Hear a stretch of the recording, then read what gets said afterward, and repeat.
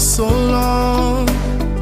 We've been here, we've been trying to break.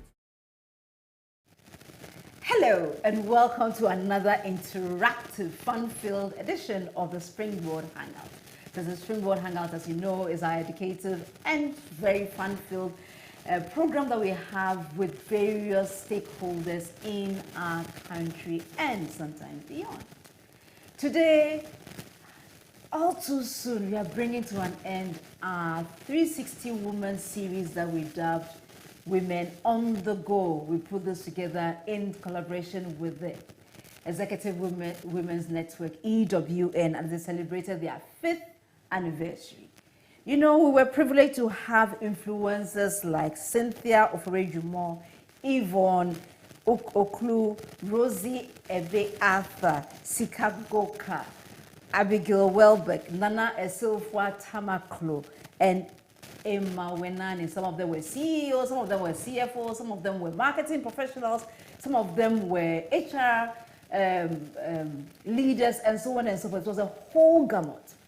Today we are privileged for our final edition of the Women on the Go. But you know, it's not really going to be final because you people have asked that they should come back. So they will be coming back, but maybe not on the series as we did, but you know, we'll still hear and converse with them and hang out with them as usual.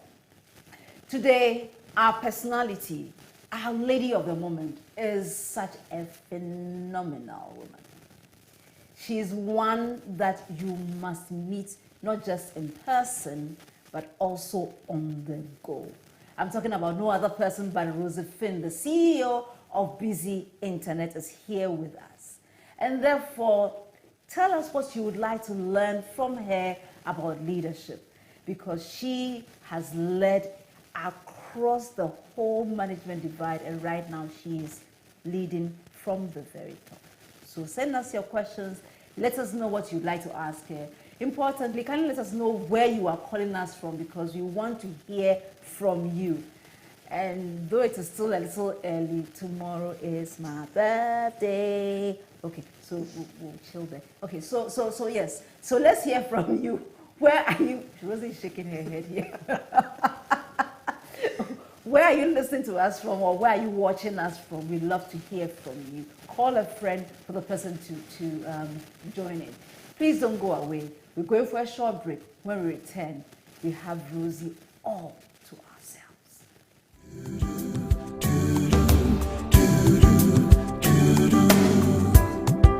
He's a returner.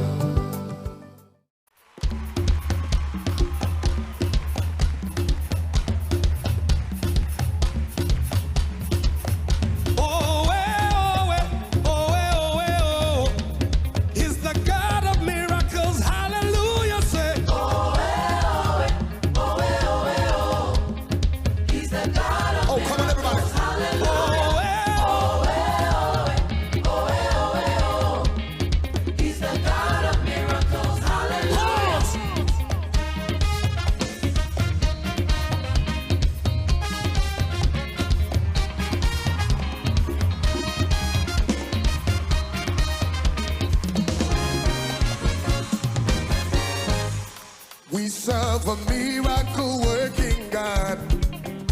There is nothing too hard for him. When he speaks, he works signs and wonders. We serve a miracle-working God. Everybody say, we serve a miracle-working God. There is nothing too hard. Nothing too hard for him. Sing, when he speaks, he works signs and wonders. We serve a miracle-working God. We serve a miracle. We serve a miracle-working God. There is nothing too hard. Nothing too hard for him. Say, when he speaks, he works signs and wonders. We serve a miracle-working God. Oh, he's the God of miracles. Hallelujah. Say, oh,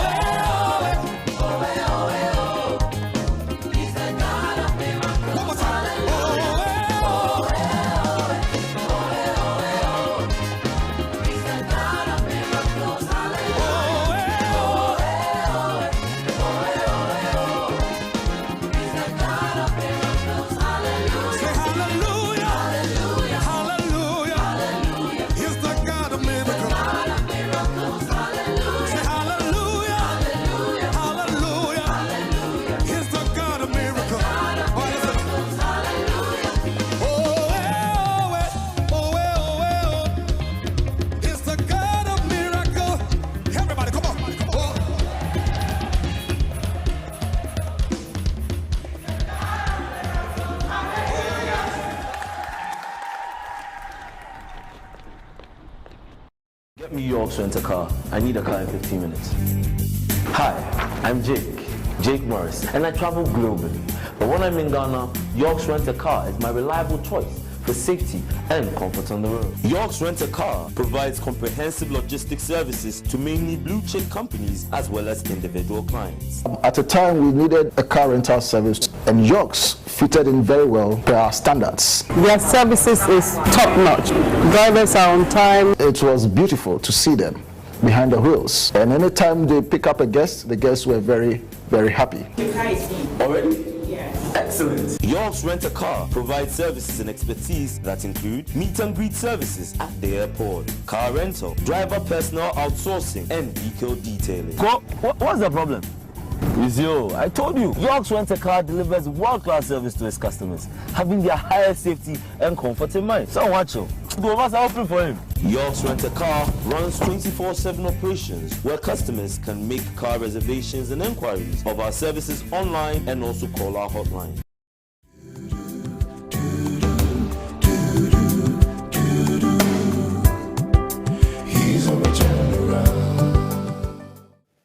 Welcome back to the Springboard Hangout.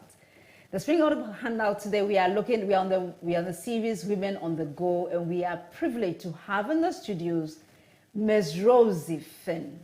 Rosy is a beautiful lady who is the CEO of Busy Internet. Most importantly, of Busy, sorry. Most importantly, she won the Outstanding Telecom CEO of the Year this year. It's not, there's not those that the award was like 10, 15 years ago. It was this year. She hot and delivered hot to us. And she's also been voted as one of West Africa's top marketing and communications and professionals in Marketing World Awards. She's worked with Airtel, she's worked with Surfline, she's worked with Millicom, she's worked with JP Morgan, she's worked with Goldman Sachs, she's gone to Harvard. The person is very, very well versed, and if she was wine, I'll say she's very matured in what she does. So Rosy today is going to give us all the leadership tricks and skills that she needs to download here before she leaves. So let's go right into it. Rosy, welcome to Springboard Hangout. Thank you so much. I am so excited to be here. I've been looking forward to this for weeks. So I know. I'm glad we're finally doing this. I'm glad. I like the way we are. You are in the black and gold, and I'm in the white. The white. It's as if we coordinated. I tell you. And by the way, Rosy's birthday is also next week, so on the happy 30th. Birthday in advance. Thank you, and happy birthday as well. Thank you. So therefore, Rosy, tell us a bit about yourself. Tell us about your journey in the corporate world. Sure. So, as you mentioned, my name is Rosy Fynn. I'm currently the CEO of Busy Internet. I've been in this role for 2 years. So I joined Busy in 2019. Wow. I've been in the telecoms industry, though, since about 2009.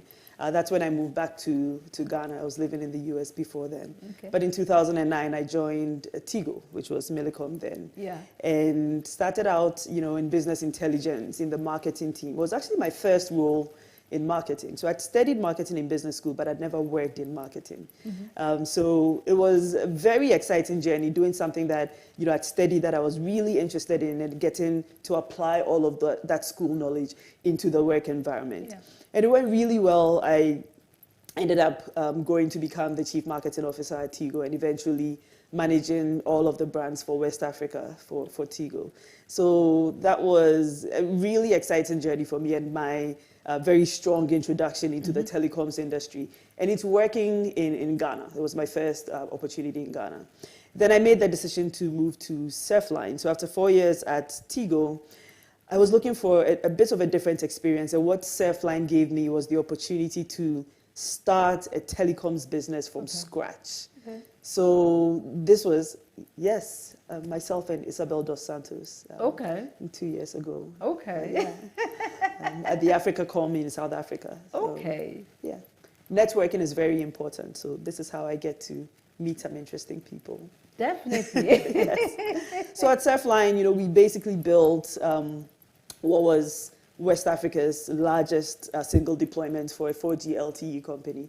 And that was a really good experience. After Tigo, there were some things you take for granted, right? Because it was a well-established company. If you wanted to order SIM cards, it was a very simple way of doing it. But at Surfline, you were learning everything from scratch. You had to go and find the vendor. You were creating everything. So for me, it was a really good way to understand the nitty-gritties, right? So I did that for a couple of years. And then a mentor of mine called me and said, look, are you interested in a bit of a career shift? And I said, sure. And, this was Lucy Quist. And she was like, let's, do some really interesting work at Airtel. And I decided to join Airtel and actually work in customer experience. So this was after doing marketing for about 6-7 years. Okay. And one of the things I'm always looking for in my career is how I can expand my knowledge, how I can get new skill sets. And so moving into customer experience, I thought would be a way to build up, the knowledge that I was getting in the commercial field. Yeah. So I decided to, take a chance at it. I moved to Airtel and worked in customer experience for a couple of months. But surprisingly, as the stars would always align, an opportunity came for the marketing director role there as well. And that got added as part of my portfolio. So from being in customer experience, I ended up doing marketing in addition. Yeah. So went back to sort of my familiar space. I spent a couple of years at Airtel and then actually got an opportunity to now work in the fintech space. Okay. One of the things that sort of characterizes my journey quite a bit is looking for opportunities to really, again, get my hands dirty and look for new learnings, right? So I joined a company called Bima that was focused on insurance and ended up, learning quite a bit about the insurance industry as well, but from a fintech perspective, which was one of the areas that's really... Yes, in GH. Okay. And then after Bima, the opportunity for Busy came up, and it was a really exciting one for me because this was my time to do a pure turnaround. Exactly. Yeah. So I'd done a startup in Surfline. I'd done, a multinational. I'd done some sales, some marketing. I'd done some mobile money, but I'd never done a turnaround experience, where a company is going through pretty hard times and you have to figure out how to get it back on its feet. And that's what the exciting thing for me was at Busy. So I've been there for 2 years now, and luckily, we've made some really good inroads in our journey in terms of getting the company back on track and beginning to get our revenues looking the way we want to, our products looking the way we want to. We're still far from where we want to be, but it's been, I think, a pretty good 2 years. And I think, the only place we can go is up. So that sort of, characterizes the career I have had to date. Wow. Wow. So you have the opportunity of first leading in the marketing world. Yes. Then you turned the tables, not really, but kind of shifted your position on the table and looked at it from the customer experience. And then from there you decided that, not that you decided, that the opportunity, when the opportunity came, you said, okay, so now that I've seen it from the customer perspective, how do I design things to help the customer, to ensure that my brand helps the customer or achieves what my brand promises? That's and right. Then from there, you decided, okay, so I've been leading from some part of the field. Yes. Now I'm going to be the whole coach to have a Overall. whole team, like the team that you have. Like the team I had here. And there she is. I know. It's a I played team. rugby. Yes, I played rugby in college and in business school. And I actually played semi-professionally in New York. Don't ask. Yes, I've done some interesting things. But you played rugby. I managed to stay injury-free for most of it, which my father is very excited about. Thank you, God. Yes. I would also thank God for that you never got any. I was quite worried for most of my games. Because rugby is even worse than American football. They say that because you don't wear helmets, Yes, etc. yes. But we are very, very careful about how we tackle. Oh, actually, guys, please see the lady. She also rides bikes as well. So that's a little bit more dangerous than even playing rugby. So when I left rugby and I started riding bikes, you wished I would go back to rugby.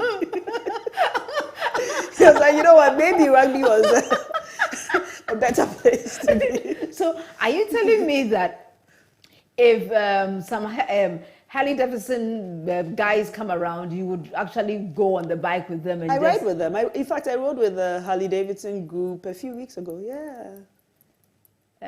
We rode to Cape Coast and back. Yeah. I actually belong to a riding club called the Biker Girls GH. I mean, can you imagine how my hand is they're stuck in the riding on the bike? Yeah. Yeah. So we actually ride for charity. We raise money to do a lot of non-profit work. So we contributed to our crusade prisons earlier this year. So we actually ride for a good cause. So that's a positive side of it. Guys, ladies, the person we are talking to is not just in the corporate room. She also runs marathons. Can you imagine? That's 30 miles, right? That's 30. You know, that's what I'm training for. So I've managed to do a number of half marathons. Okay. The full one, I'm still looking for the inspiration. Please translate it into kilometers for us in GH. So that's about 42 kilometers, and you're running non-stop. So my half marathon takes me about a little over 2 hours. So seriously? If you're doing a full marathon, you're running for 4 hours non-stop. So I haven't gotten the courage yet. No. I'm working on it. Are you telling me that you do 26 kilometers running? Yeah. No. That's It's about 21 kilometers 21 for the kilometers. half. Yeah, running. Yes. Yeah, it will take you about two and a half hours. Let me take a sip from my coffee because I just do my walk, and that's more than enough for me. You should start. You should think about it. No. Running is not for me.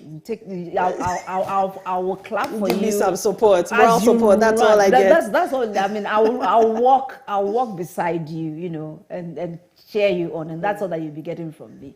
That's basically it. And she's drummed before. That's Sonny Bedu. Sonny Bedu is a gentleman in the shorts, in the yellow shorts. Yes. Oh, okay. So you're still by from our Alcid Academy days. Oh, okay. So his musical talents have been honed for a very, very long time. Wow. Very long time. Wow. Excellent. So let's now say.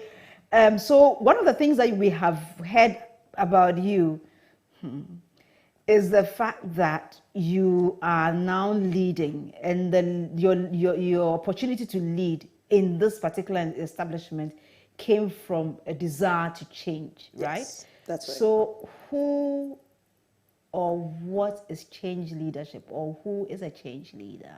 I think a change leader is somebody who comes in and is able to clearly understand the issues, but also the things that are working, and articulate a vision to take the company from where it is to the next level, right? So, change leaders come in many forms, and are leaders who can be different types of leaders. So if I take myself, I'm what I would say is more of like a democratic leader, right? So I like to lead in consensus. So if I'm in an area like I am at Busy, where we are looking for a lot of change, I still would use sort of my democratic leadership to effect that change, to make sure that I'm communicating the vision I have for the company, to make sure that I'm bringing along the team, to make sure that, the journey along which we want to go and the end goal for where we're going is very, very clear. And everybody understands, and everybody sort of centers around that vision.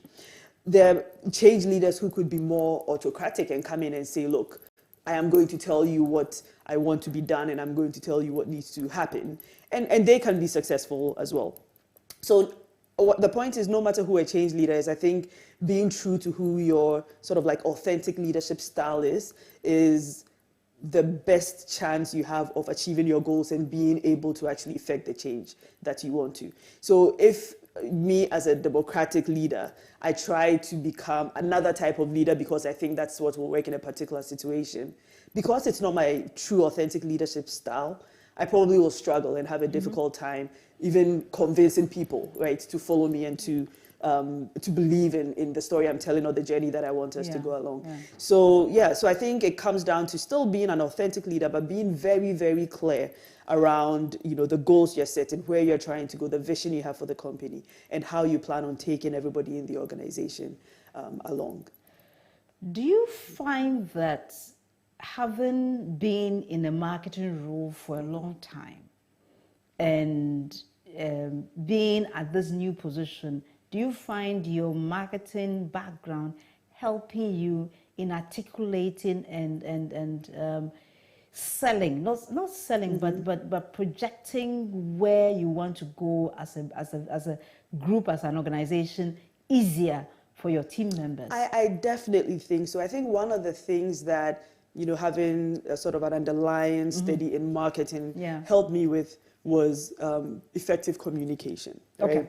And effective communication for me is not just in being able to speak well and sell a vision, but also being able to listen and understand, what's working, listen and understand people's views, where they're coming from, what they think needs to happen as well. And I don't think, especially when it comes to change leadership, you want to just be the kind of person who is always telling people what to do. Listening is, I think, even more important, because you have to understand the underlying reason why the organization or the company you're trying to change is in the situation that it's in. And if you don't, you might end up making the same mistakes that they've made in the past. So I think my strength in communication, which comes from, really having a good underlying study in marketing, was very, very, key and crucial to me being able to really understand what was going on based on the listening I was able to do, but also to be able to define the vision, but also, articulate it in a way that will get the team excited. Okay. There's marketing in that as well. Yeah. You can have a great vision, but if you're not able to communicate it in a way that excites the team and makes them want to buy into that vision, then the chances of them really following and being, really into it and wanting to see that vision come to life is probably limited. So marketing definitely played a role in crafting a strong enough, exciting vision that we are all following through today. And they because that in changing leadership, one of the things that I understand is the fact that sometimes when nobody's comfortable with change. Yes. And of course, you have those who would like to resist that. Absolutely. So badly. No, and it's sometimes amazing knowing where you want to go, what you want to accomplish, and yet you don't have the buy-in. How were you able to get that buy-in, and so two questions. How did you get that buy-in, I presume, and then also how were you able to overcome those who were resisting the change? Yes. If somebody has a company or somebody is in such a situation, how does that person help him or herself? Sure. Yeah. So I think what definitely helped me was that I didn't come up with a vision by myself. Okay. Right? I didn't define where I wanted us to go from. And I came into the company as an outsider. So every single person in my leadership team had been there.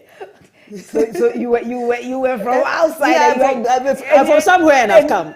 Right? You were trying to tell us things to do. So if you come in and you come like that guns blazing and you are like, I know what is wrong and I know what is good for you and this is what we are going to do, they will say okay. And they will watch you walk into the fire and never come out, right?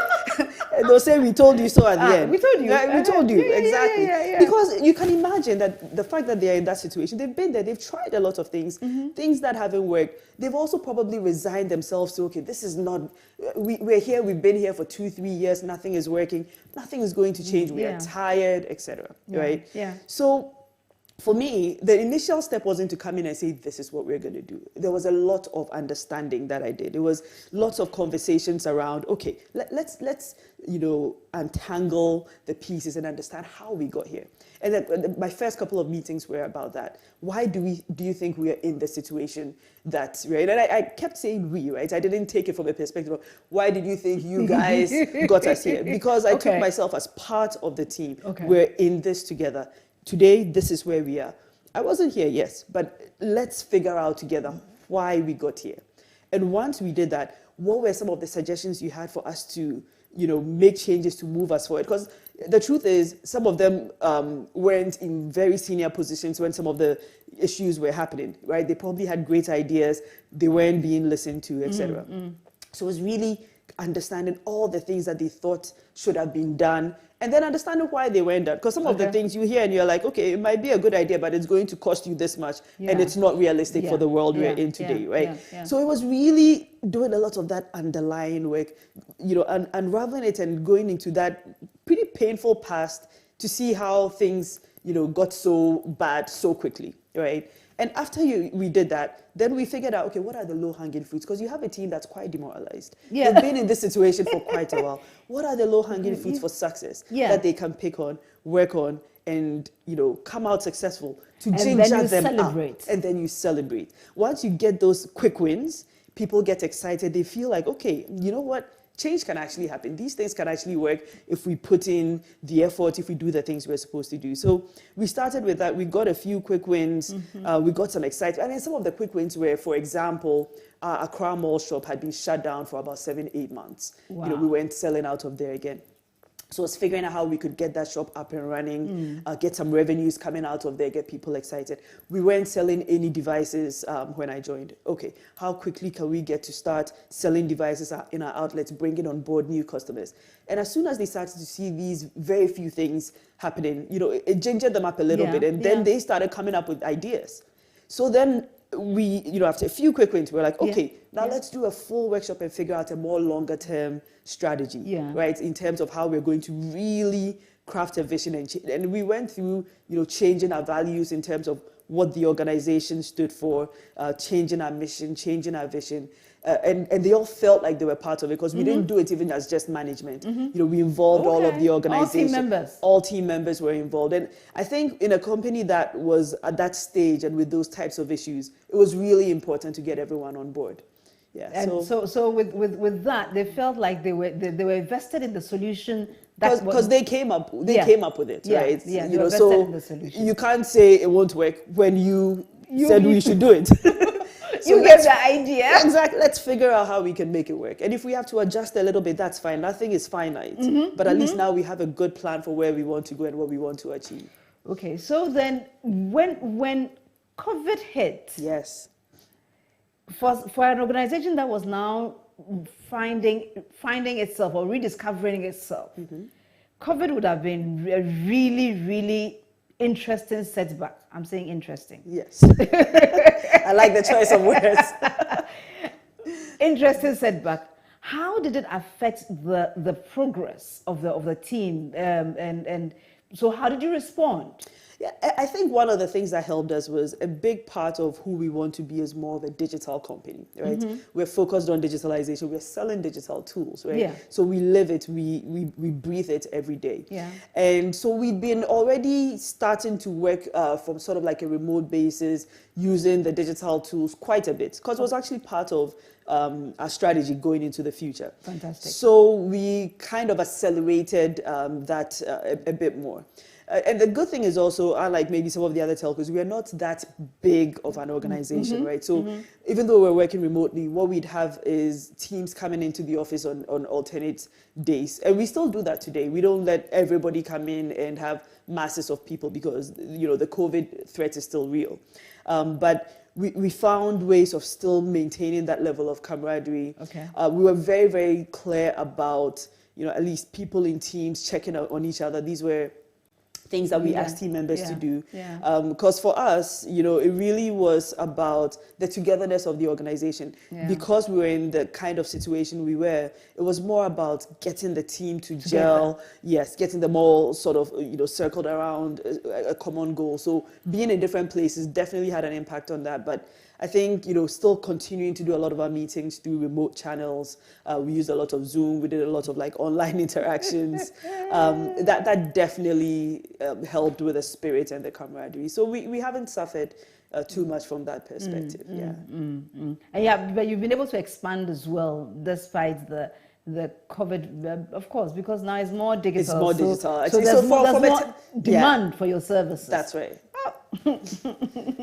Okay, so it's good for some people, it's bad for others. I know, right? So then, just one quick question: what's having led from different organizations, whether in a department or in a whole group or in a whole organization. Yeah. What is one thing you learned the hard way? One thing I learned the hard way. I think one thing I learned the hard way is that, especially as you become more of a leader of a bigger organization, and the higher you go, you are less likely to hear the truth. You are less likely to be told things as they are. People want to kind of, you have to go levels below before you hear the situation. What is on the ground? What is on the ground, right? So that's why, for me, I mean, if you look at my phone, some of the team members whose numbers I have, who I talk to on a regular basis, are not necessarily my direct reports. Some of the people, I will go to the shop on a regular Wednesday afternoon and go stand with a lady and sell. I've done that a few times just to hear what customers are saying directly, see what types of issues they have, understand from the retail lady the issues she's facing on a daily basis. And you realize that she has like some little problem that is helping, that is causing her grief, that's been outstanding for like a month. And it's something that could have been fixed really quickly. Right? So you don't necessarily hear all of the things you're supposed to if you are at the top. Yeah. And so I think as a leader, it's important to also have a pulse on what's going on the ground and making a concerted effort to actually get that information. And it doesn't mean you're bypassing your direct reports or you're stepping on toes, but you're just being more aware. You're opening your eyes and you're not, just leading from the office. You're going onto the streets. Or on your glass top penthouse. Exactly. You have, especially here in Ghana, especially in a turnaround situation. That you have to wear some canvas and be on the ground, and see what's going on. It's very important. Yeah. Wow. We now go for a quick break. We are going for our game changer break, and today Jojo Okran will give us something perspective that when you see, you'll be like, wow, that sounds very familiar. Don't go anywhere. Call someone, by the way, to come and listen in. The fireworks flashed, the champagne fizzed, and the players shed tears of joy. Chelsea were champions of Europe. But just 4 months ago, Chelsea's former coach Frank Lampard said the team was not ready to compete for trophies. So what changed? Today, our game changer is inspiring belief.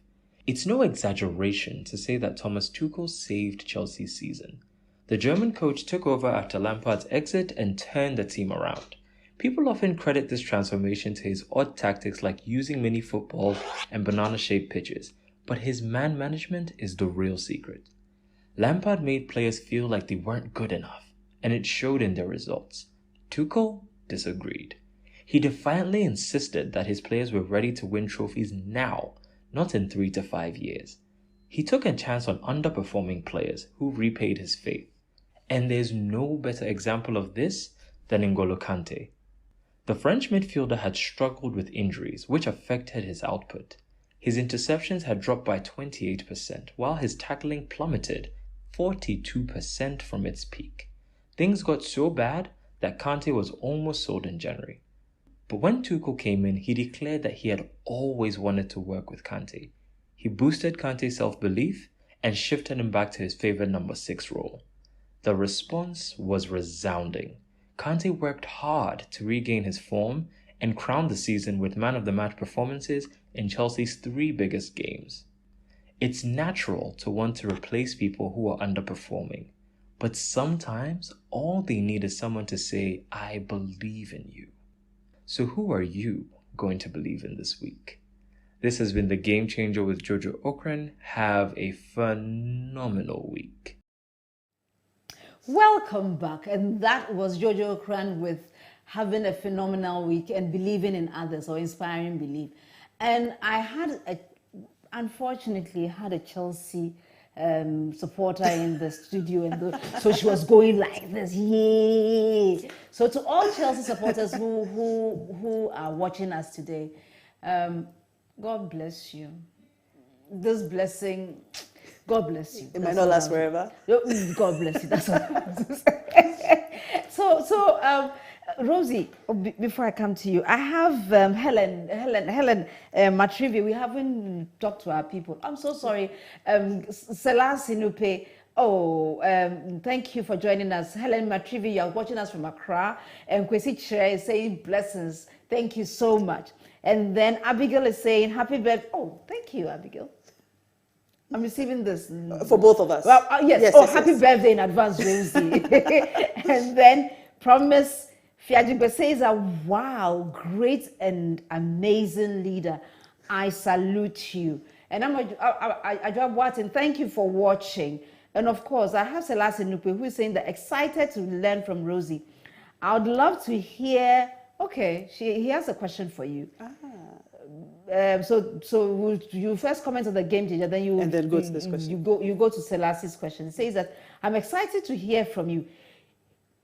He would love to hear how you successfully combine family life, fitness, and sports, motorbiking, outing, and partying, and you are still successful as a CEO. It means that you do all. So how you do all? That's what Selassie is asking. But what about Jojo's game changer? I think he chose this game changer because I like sports. I mean, the sports analogy. It's perfect, and it's actually very apt, and it speaks to some of the. It resonates so well because some of the things I talked about in terms of my current experience with Busy, you take Tuchel coming in and saying he believes in the team. So for me, for example, at Busy, the team that I met with is basically the same team that I have today. And a lot of the time when leaders come into organizations, they want to bring people that they are familiar with or people that they know. A lot of the people in that team I knew of. Some of them I'd actually worked in other organizations with. So I knew it wasn't about the talent. Okay. That was not the problem. Okay. Right? And in conversations, one of the key things I wanted to find out very quickly was if they had that passion and that fire to continue to push and were still inspirable towards change. Right? Yeah. Some people, if they've reached that level where, nothing can motivate them anymore, then that's a different story. But these guys still had the fire. They were just looking for the opportunity to show that they could do the work. And I think it's very similar to what Jojo is talking about. So it's about, being able to then inspire them, letting them know that you believe in them and you want to go on this journey with them. And I think that's one of the things that I made very clear was, look, you guys are the ones that I believe can help us turn this story around. And I am willing to work with you if you're willing to take the step with me, right? And I think, that helped get their buy-in and get us to the point where we are today. So fantastic. Good job, Jojo, on getting on getting that very, relevant game changer. Yeah. Okay, so then my question to you. Selassie's question. Selassie, how you do all like that? I think I have found a way to hone the skill of multitasking. That's one. I'm able to juggle quite a few balls, but also I've learned when to ask for help. Okay. I have realized that, sometimes women, we want to be superheroes and we want to do it all by ourselves. And that burns us out and we get stressed and then we make parts of our life suffer. But I am okay to sometimes admit that, I need you over help. You over me. And I need to take a step back. I need some alone time. Or I need to, get my mom to step in and maybe help with the kids. And I have a very good nanny. I've been very lucky with, help that, helps me raise my kids. Are gold. When you find a good one, you keep her. I tell you. And my nanny's been with me for 7 years. Has basically helped me raise my kids. And I think it's important to know when you're getting to that level where you're completely getting burnt out and you need some support, be it from family, from friends, sometimes from work colleagues. They're able to step up and hold the fort whilst you do what you need to do to take care of yourself. And I think we also need to have that self-awareness to know when things are not going, how we want them to, and, to take that needed time. Sometimes we wait till we are completely burnt out before we realize that, change is needed. No, you need to have a pulse on yourself. So I meditate on a regular basis, and I think that sort of helps also keep me in tune and in check, and know when the stress levels are getting out of whack. Then I can sort of, find a way to regroup. And all of the sports also, running, etc. I mean, sports in itself is a stress reliever, right? True. So that definitely helps as well. I definitely think that the sports plays a very significant role because Because when you wake up or when you're going home, when you are tired and exhausted, and you say, okay, so let me just do an hour workout. Exactly. By the time you finish, the hormones that are helping you, they are pumping. Yeah. They are pumping. yeah. Fantastic. Okay, so then, so I just want to know something. You know, one of the things that is supposed to have been responsible for COVID was 5G. That was as far from the truth as possible. It's a myth. It's a myth. Let's not go into that one even. No. We shouldn't It is not the case. It is not the case. At all. Yes. And after having scared us with 5, they are not talking about it's even 6. 6G, yeah. But 5G is only now from a technology perspective, so completely unrelated to COVID. I mean, it's still making its ways into onto the continent, right? So South Africa has launched a few. Kenya is testing some. Togo actually has started looking at 5G. No. Togo. Yeah, just right around the corner. No. They can't go before us. They are actually making inroads. They're the first country in West Africa to start the rollout and thinking about 5G. So, but I mean that's how it is with technology. So where are we? I just want to. Where are we? In Ghana here. We are still rolling out the 4G. We'll get to 5G. When? Well, you also need the critical mass of the devices, right? So you need enough people who have 5G devices, which a lot of people don't, right? For it to make sense to have those sites up, or else they won't be able to use the technology. Okay. So in Ghana, I mean, one of the problems we have is low penetration rate in terms of smartphones. Digital penetration is increasing, but you definitely want more people to be able to have affordable smartphones. 5G devices are not going to be affordable. So the goal is to get people more affordable devices that can actually help them get online. Okay. I don't think it's really, for a large group of the people in Ghana, it's not really about getting them 5G devices right now. It's actually being able to get them devices in the first place. Okay. So I think you'll definitely see some rollout of 5Gs in the next, Why wouldn't you get 6? Years. Why don't we skip that type of leapfrogging is very, very possible. It's very possible. Okay.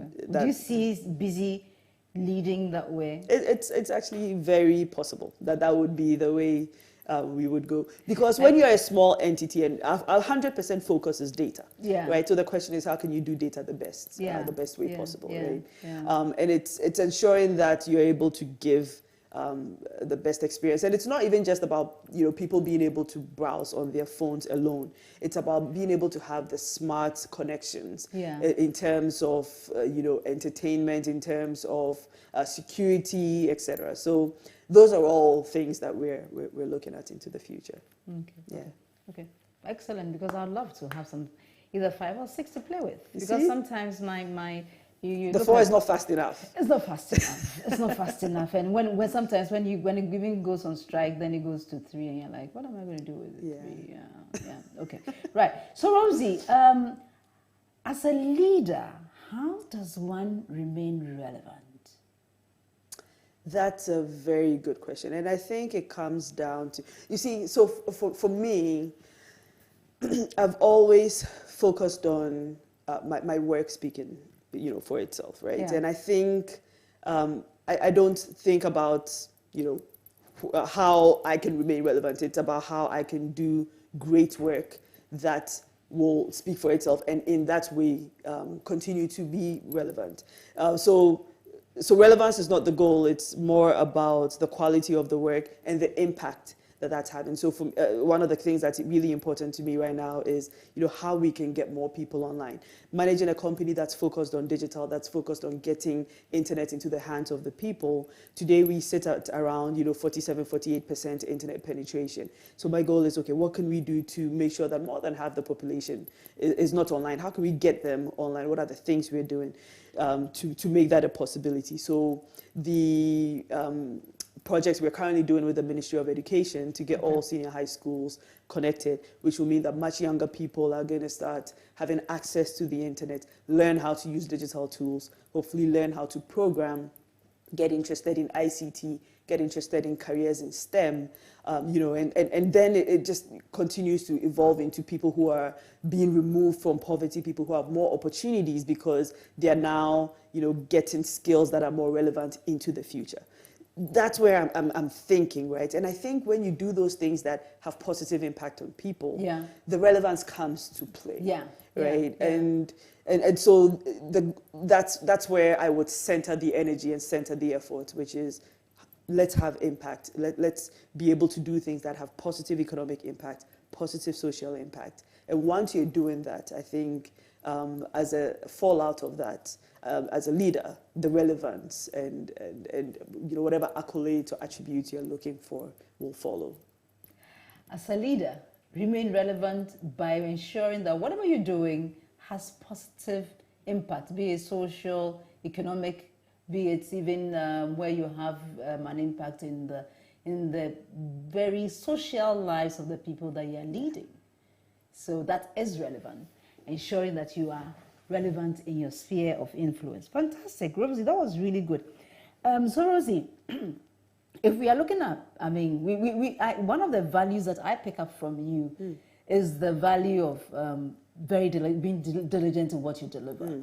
You also look at how you can reach out to people, so empathy seems to be strong. What are some of other values that you, as a person, I think your true self, right? I think you've nailed two of them on the head. You know, diligence and empathy is absolutely crucial. And if I think about it from the perspective of busy, and you know, when I came in and people hadn't been paid for a long time, and you know, those types of issues, you know, as a leader, those were some of the things that I wanted to tackle first. How do people make sure they're taking care of their families and they're protecting themselves? It wasn't around from day one, how do we get revenues to double or triple when the people are hungry, right? Yeah. So empathy is definitely one that's very important for me as well. I've grown up in a world where, you know, from my parents, from my mother, I mean, respect is something that is so key. And it doesn't matter who you're dealing with and at what level. You know, so I walk into the office and from, you know, the person who's opening the door, from, you know, the cleaner who's cleaned my office, knowing how they're doing, how their families are doing. My cleaner sometimes has to bring her kid to work, you know, when she's working. And the little boy, you know, sometimes will walk into my office and I have one computer there that he'll come and watch cartoons on as his mom is working and as I'm working, you know, just so that she can do her job and earn her salary. And I think, you know, just having respect for people, no matter what walks of life they're from or what spheres they're coming from, is absolutely key. And I think, you know, another one will be, I'm definitely a big believer in the value and power of hard work. I believe that if you put in the effort, if you persist and you persevere and you're focused on working hard, nothing is impossible. You know, you can move mountains so long as you're willing to put in the hard work. And that's definitely been one of the things that I think has helped me in my career, not cutting corners and knowing that, look, just roll your hands up, get your sleeves up and get your hands dirty. And you know, people will notice. There's still meritocracy in the world, right? Whereas you put in the efforts, the rewards and the results will come. And I've seen that happen, you know, time and time again. And as a leader, that's one of the things I look for. You know, salary increments and promotions are not given to those who ask. They're given to those who you see grinding all the time. You know, one of the guys, it's funny, just a couple of weeks ago, even in our hard times, I increased the salary and he was like, but you know, I've never said anything to you. I've never come to complain. Because people always come in and are like, well, salaries haven't been increased for a long time. And he was like, you know, I appreciate it, but why? And I was like, because I see you. And I see the effort you're putting in. And I see the work. And I see the fact that you leave here late. You never complain. Yes, you don't come and ask. But you shouldn't have to come and ask before giving what you're due. It's really important. So, yeah, I think hard work in the long run, because I'm such a believer of it, I keep trying to manifest that as much as possible in my leadership style. So, yeah. Wow. You know, when you have a leader who is not a touchline leader being somebody who is just holding their whip and saying that, yes, do it, and not getting involved in it, is different. And the kind of leadership that we see Rosy exhibiting is the type that would make people follow no matter where no matter where you lead them, because she is not only in front of the team, but she is helping together, saying that I think we can achieve this. So today, as we are coming to the end of the program, one thing I want you to ask yourself: if you are a leader, what kind of leader are you? And are you the type that people will follow, no matter what? I mean, because they see you leading authentically? Or are you the kind of leader that people will say, this person, when he says look down, you had better look up because something is going to fall from the skies? Rosy, I've learned so much from you. Oh, thank you. And I mean, I really have. And I actually, at some point, especially when you talked about the cleaner bringing the baby to the office, I actually had tears in my eyes because I could really feel your love and your connection with your team. Yeah, Thank you. They're a great group of people. I know, and so I'll be coming. Please, I'll bring my CV so that we'll make you the head of engineering. You'll have to climb the towers. Actually, I wouldn't mind climbing the towers. I wouldn't mind climbing the towers. But it's just that knowing which frequency to turn it on. You put it on 5G. I'll put it That's on all. And let's get it out of the web quickly. Definitely. Okay, so then if I know one of the things that you really are passionate about is about helping young ladies get into the field of STEM. Yeah. I mean, about coaching. Is it because you've had actual, and you did mention a coach of yours, is it something that you have trained for, or something that, I mean, kind of you learned as you continued in your leadership journey? Yeah. No, I think it's something that I have personally benefited from. I have never learned, from by being a coach, or studied that. But I've definitely benefited from it, from, mentors I've had, from, just a number of people who have always looked out for me. And I think that's something that I'm trying to pay back on. So I think that's the most, relevant thing for me. And it's so important getting more people into the world of STEM.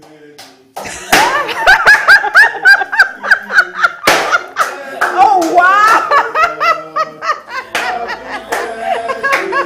To you! Guys! May God bless you now! May God bless you now! May God bless you now! Hip, hip, hip, hip, hip! Hooray! You people, you've actually disrupted our it's a party now. Okay. We're done. Let's stop it. We're done. We're going to dance. Guys, it wasn't, Rosy has given her final words. We are done. So we're going to cut cake and dance.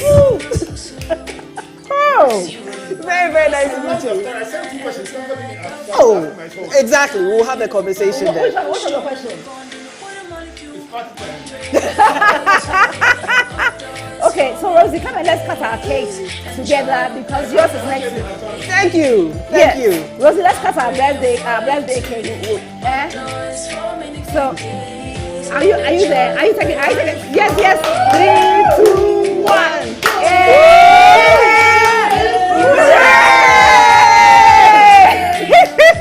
Woo! Okay, so we are cutting the cake.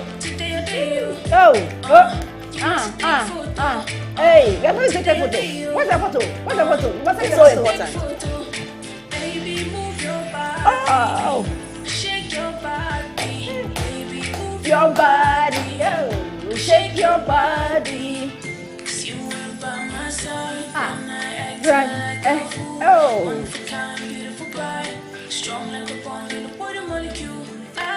Rosy, you have to cut yourself. I have to cut it. No problem.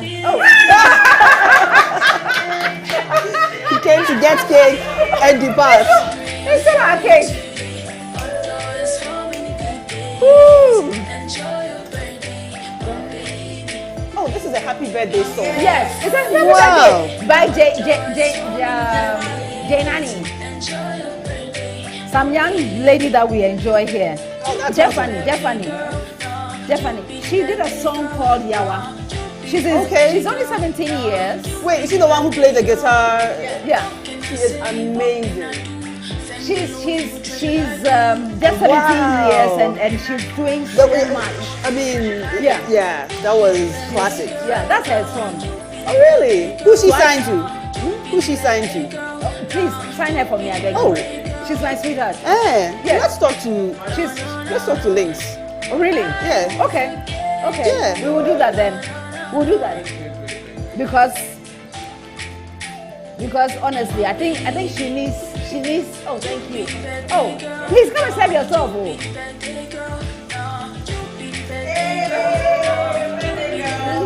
I'm the birthday girl. Please cut your cake. Matthew, cut your cake. Oh, pardon? Yeah, Matthew. Yes, on behalf Of home and abroad, office and outside office. yes. We would just like to wish you a happy birthday in advance. In fact, the party starts now. Yes. We'll go on to tomorrow and then even after tomorrow. Yes. Just want to thank you for the leadership. We're talking about leadership and I was see who is talking. Being a very good leader, not just a leader, being a mom, being a friend, being everything for us, the Springboard family. So just appreciation and then blessings for you and hoping that you would go on to do more for us in the days ahead, in the years ahead. Thank you very much and happy birthday. Thank you, Rosy. Absolutely. That's a happy birthday to us. In fact, you guys are awesome. Did you take a picture? Great. I actually really like this. So we came to invade your program. We'll allow you to end your program very well. We'll still be waiting. Wait, we haven't ended. No, we haven't ended. We are still alive. You cannot end the program. Apparently, we are live. Yeah. All right, guys. Are we? We're eating cake now. Yeah. Okay, so on behalf of Rosy and I, Rosy is celebrating her birthday on the 30th, and I'm celebrating mine on tomorrow. 25th. Tomorrow, live and colored. Tell where's my No, I'm the birthday picture? 28th. I nearly believed you. No, that I mine was is like, 25th. I'm 28th. 28. Yes, Okay. Monday. So Monday is Rosy's birthday. Since Reverend has joined us again after eating our cake, before we ate our cake. Is yours finished? It's good. I've come to pray. So we'll ask Reverend to pray for us. Yes, but before Reverend will that, Ima, can we have the birthday picture that we put together for comfort? You put something together for me? Yes. Okay. It's a very nice birthday. Oh! Oh, this is amazing. Heaven is real. This is amazing. I love it. I love it.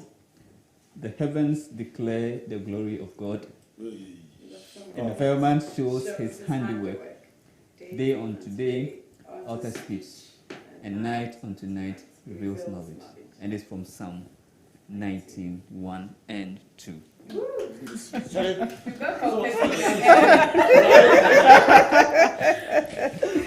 Thank you so much, guys. You're always welcome. All right, so over to you, please. You have to be good.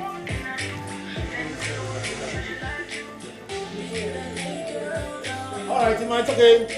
Music again. Thank you very much. Yeah. So before you pray, Rosy, thanks for the beautiful conversation. I loved your storytelling skills. Absolutely incredible. Oh, so thank you. My closing comments on behalf of Comfort. My closing comments were that when you started telling your story, I was like, you changed your story a bit. Then I listened to why you made every career transition. By the time you finished, I was sold. So my lesson from listening to you tell a story in that way is that leadership communication, it requires context. Without context, the communication is very wrong. 100% right. I want to say a big thank you to you for that. Absolutely. And Comfort, thanks for being such a wonderful host and giving us such a wonderful show this evening. Thank you. So a happy birthday to you in advance tomorrow, Comfort. And Thank to you, Rosy, on Monday. Thank you. You're so blessed. I know. Let's pray together. Father, we thank you for two wonderful women providing an example for all of us about what can be and what should be done as leaders in our generation. I pray for Comfort and Rosy, that you would continue to lead them and guide them to be 1,000 times more, that their example will inspire many young women to believe and to dare to dream and to go on to be. And that many young men will also look up to them and say, if they can do it, I can also do it. That together we'll build a better Ghana, a better Africa, and a better world. That generations after us will look at us and say, it all began with these examples. I pray for health, I pray for life, I pray for peace of mind, that the blessing in their lives will touch generations after them. In Jesus' mighty name, amen. Amen. Happy birthday. God bless you. Thank you. So on behalf of the Springboard team, I say thank you so much for the cake you brought to us. And it's been a beautiful conversation with Rosy. And I believe that next week we'll be back. Next week we're starting a new series. That series looks at the entrepreneurship journey in Ghana. And we are bringing policyholders to let us know what they have for us. Additionally, don't forget to watch the second part of Konimo on Springboard, your virtual university, this coming Sunday. We'll repeat this program again on ETV, so we'll be expecting you there. Have a fantastic day, and God richly bless you all. Thank you. Now we can Now we can